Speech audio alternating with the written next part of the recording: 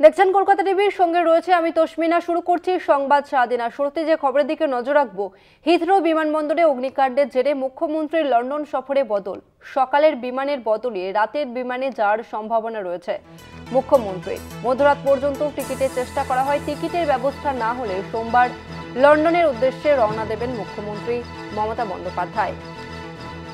আজ লন্ডন সফরে যাওয়ার কথা রয়েছে মুখ্যমন্ত্রী মমতা বন্দ্যোপাধ্যায়। তবে হিথ্রো বিমানবন্দরে অগ্নিকাণ্ডের ঘটনার জেরে সেখানে বিদ্যুৎ বিভ্রাট হয়েছে এবং সমস্ত রকমের বিদ্যুৎ সংযোগ বিচ্ছিন্ন হয়েছে এবং যার জেরে মুখ্যমন্ত্রীর লন্ডন সফর থমকে গিয়েছে।